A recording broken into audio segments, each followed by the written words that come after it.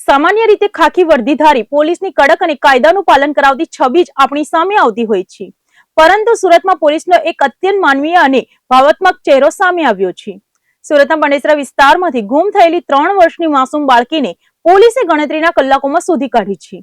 બાળકી સાથે કોઈ અનિચ્છનીય ઘટના ન બને તે પહેલા જ પોલીસે તેને હેમખેમ રીતે શોધીને તેના પરિવાર સાથે મિલન કરાવ્યું હતું। સુરત શહેરના પાંડેસરા વિસ્તારમાં ગત રોજ એક પરિવાર પર આપ તૂટી પડ્યું હતું, જ્યારે તેમની માત્ર 3 વર્ષની માસૂમ દીકરી અચાનક ઘર આંગણેથી ગુમ થઈ ગઈ હતી। પરિવારે આસપાસના તમામ વિસ્તારોમાં બાળકીની ભારે શોધખોળ કરી હતી, પરંતુ તેનો ક્યાંય પતો લાગ્યો ન હતો। કોઈ અણબનાવની આશંકા અને ભારે ગભરાટ વચ્ચે આખરે બાળકીના પરિવારે પાંડેસરા પોલીસ મથકનો સંપર્ક કર્યો હતો। 3 વર્ષની નાની બાળકી ગુમ થઈ હોવાની સંવેદનશીલ માહિતી મળતાની સાથે જ પાંડેસરા પોલીસ સ્ટેશનનો સ્ટાફ તાત્કાલિક હરકતમાં આવ્યો હતો। માસૂમ બાળકી સાથે કોઈ ગંભીર અણબનાવ ન બને, કોઈ અસામાજિક તત્વો તેને નુકસાન ન પહોંચાડે તે માટે પોલીસે કોઈ પણ સમય બગાડ્યા વિના અલગ અલગ ટીમો બનાવીને તે વિસ્તારમાં સર્ચ ઓપરેશન શરૂ કર્યું હતું। પોલીસની ટીમોએ આસપાસના સીસીટીવી ફૂટેજ તપાસવાની સાથે હ્યુમન સોર્સિસની મદદ લીધી હતી। કાયદો અને વ્યવસ્થા જાળવતી પોલીસની આખી ટીમ આ સમયે એક માસૂમ જિંદગીને બચાવવા માટે ભાવનાત્મક રીતે જોડાઈ હતી। પોલીસની આ આકરી મહેનત આખરે રંગ લાવી હતી અને ગણતરીના કલાકોમાં જ પોલીસે બાળકીને આ જ વિસ્તારમાંથી હેમખેમ રીતે શોધી કાઢી હતી।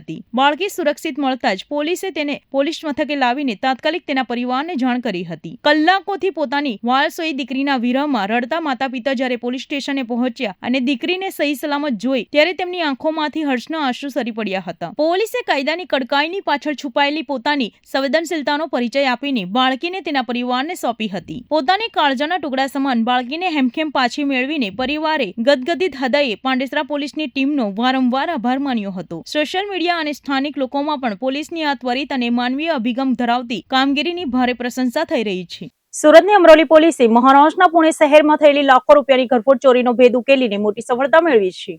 અમરોલી પોલીસે વેણીનાથ ગરનાળા પાસેથી 2 રીઢા તસ્કરોને બાતમીના આધારે ઝડપી પાડ્યા છે। પકડાયેલા આરોપીઓએ પુણેમાં એક જ્વેલર્સની દુકાનમાં તાળું તોડીને અંદાજે 77 લાખની વધુની ચોરી કરી હોવાની કબૂલાત કરી છે।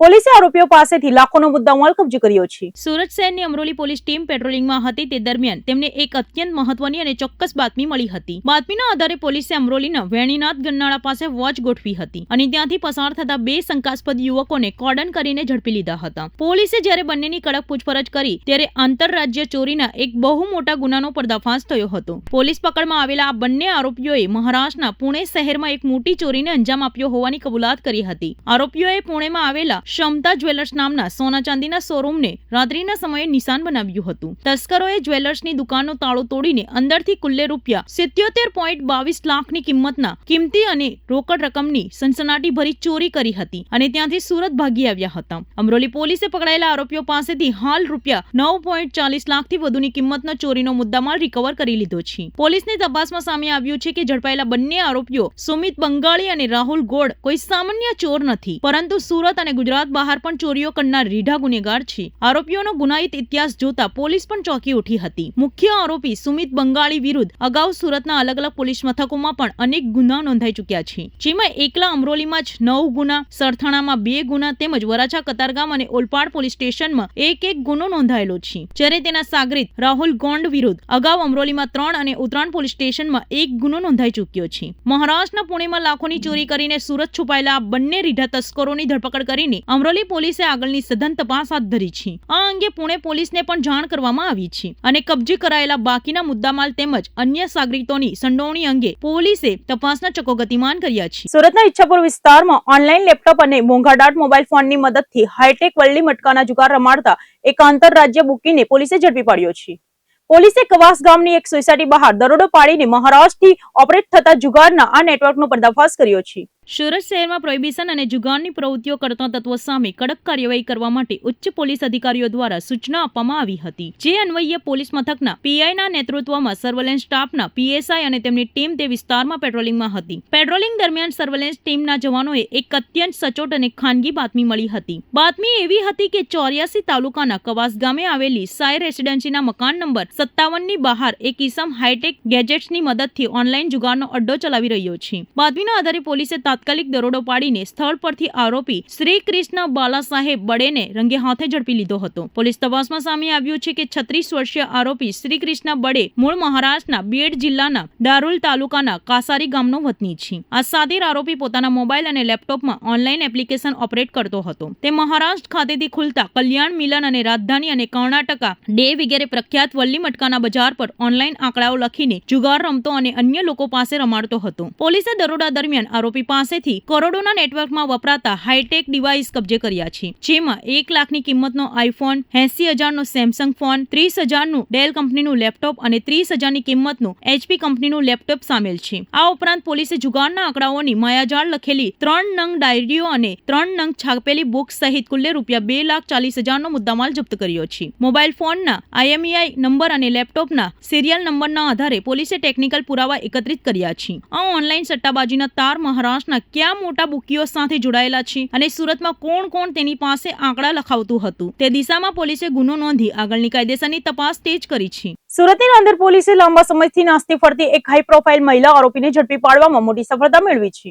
મુખ્યમંત્રી આવાસ યોજનામાં ફ્લેટ અપાવવાના બહાને ગ્રાહકો સાથે લાખો રૂપિયાની છેતરપિંડી આચરીને છેલ્લા 9 વર્ષથી પોલીસને હાથતાળી આપતી આ મહિલાને આખરે પોલીસે સિટી લાઇટ વિસ્તારમાંથી દબોચી લીધી છે. ગરીબ અને મધ્યમ વર્ગના લોકોને પોતાના ઘરનું ઘર આપતી સરકારી આવાસ યોજનાના નામે છેતરપિંડી આચરતા તત્વો સામે પોલીસે કડક કાર્યવાહી શરૂ કરી છે. સુરતની રાંદેર પોલીસ સ્ટેશનની ટીમ તે વિસ્તારમાં નાસ્તા ફરતા ગુનેગારોને પકડવા માટે પેટ્રોલિંગમાં હતી. તે દરમિયાન પોલીસને એક મોસ્ટ વોન્ટેડ મહિલા આરોપી અંગે ચોક્કસ અને ખાનગી બાતમી મળી હતી. બાતમીના આધારે પોલીસે સુરતના પોસ્ટ ગણાતા સિટી લાઇટ વિસ્તારમાં સચોટ વોચ ગોઠવી હતી અને ત્યાંથી 52 વર્ષીય મહિલા આરોપી હેમલતા ચૌધરીને રંગે હાથે ઝડપી પાડી હતી. આ મહિલા સામે વર્ષો પહેલા રાંદેર પોલીસ મથકમાં છેતરપિંડી અને વિશ્વાસઘાતનો મોટો ગુનો નોંધાયો હતો. જે ગુનામાં તે પોતાની ધરપકડ ટાળવા છેલ્લા 9 વર્ષથી સતત નાસ્તી ફરતી હતી. આ ચકચારી છેતરપિંડીની વિગત એવી છે કે સાતીર મહિલા આરોપી હેમલતા ચૌધરીએ મુખ્યમંત્રી આવાસ યોજના હેઠળ સસ્તામાં ફ્લેટ અપાવવાની લાલચ આપીને નિર્દોષ ગ્રાહકોને પોતાની જાળમાં ફસાવ્યા હતા. ગ્રાહકોનો વિશ્વાસ જીતવા માટે આ મહિલાએ આવાસ યોજનાની નકલી અને ખોટી રસીદો તેમજ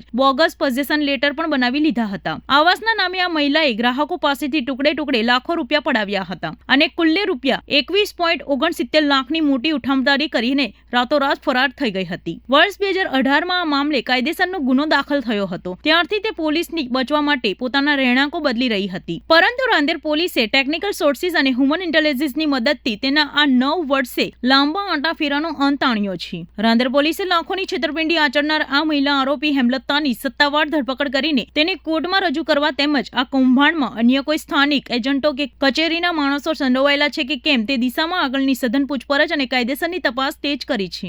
સુરત શહેરના માનનીય police commissioner Shri Anupamsinh Gehlot sir દ્વારા ભૂતકાળમાં ગુનો કરી ભાગતા ફરતા આરોપીઓને પકડી પાડવા માટે વારંવાર સૂચના આપવામાં આવેલી છે અને એ દિશામાં સુરત શહેર પોલીસની વિવિધ ટીમો સતત કાર્યરત છે. આજ ઝુંબેશના ભાગરૂપે રાંદેર પોલીસના કર્મચારીઓ દ્વારા પણ આ દિશામાં કામગીરી કરવા માટે સતત પ્રયત્નશીલ રહેતા હોય છે. તે અનુસંધાને ડી સ્ટાફના કોન્સ્ટેબલને એક બાતમી મળેલી. વર્ષ 2018માં રાંદેર પોલીસ સ્ટેશન ખાતે દાખલ થયેલ ગુનો, જેમાં હેમલતાબેન ચૌધરી નામની મહિલા દ્વારા મુખ્યમંત્રી આવાસ યોજનામાં મકાન અપાવવાના નામે ₹21 થી 22 લાખ જેટલી રકમની ઠગાઈ થયેલી અને ત્યારબાદ આ મહિલા જે છે એ ભાગતી ફરતી હતી.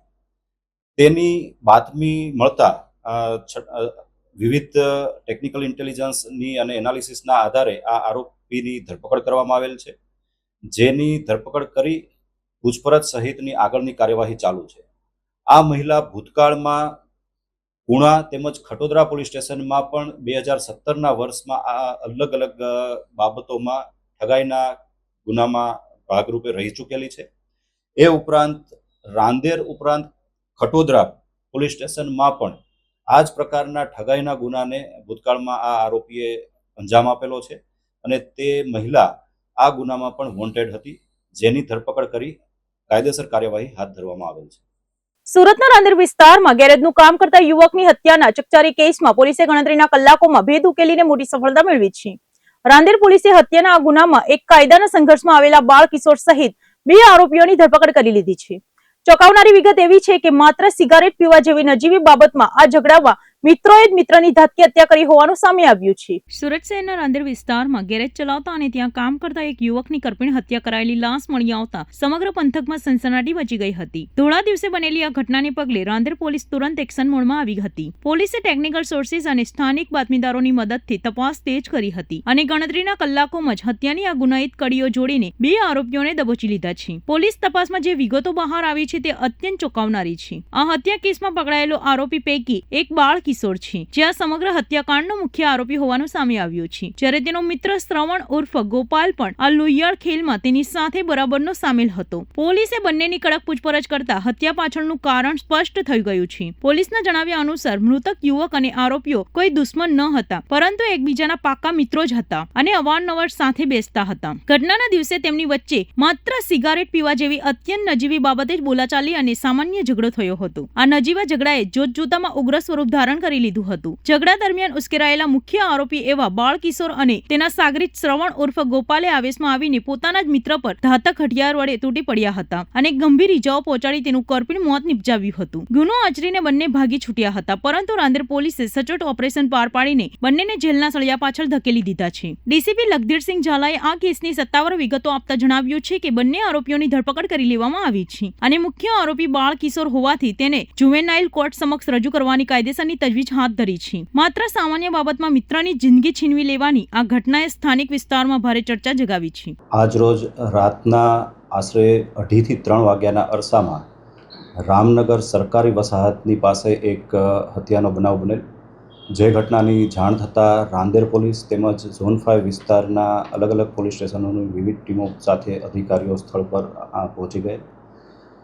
ગુનો બનવાનું કારણ અને આરોપીની ઓળખ અને ધરપકડ માટે વિવિધ ટીમો બનાવી કાર્યવાહી કરવામાં આવેલી. જે બાદ ગણતરીના કલાકોમાં 2 આરોપીની ધરપકડ કરવામાં આવેલ છે અને આ કાયદેસર કાર્યવાહી હાથ ધરવામાં આવેલ છે.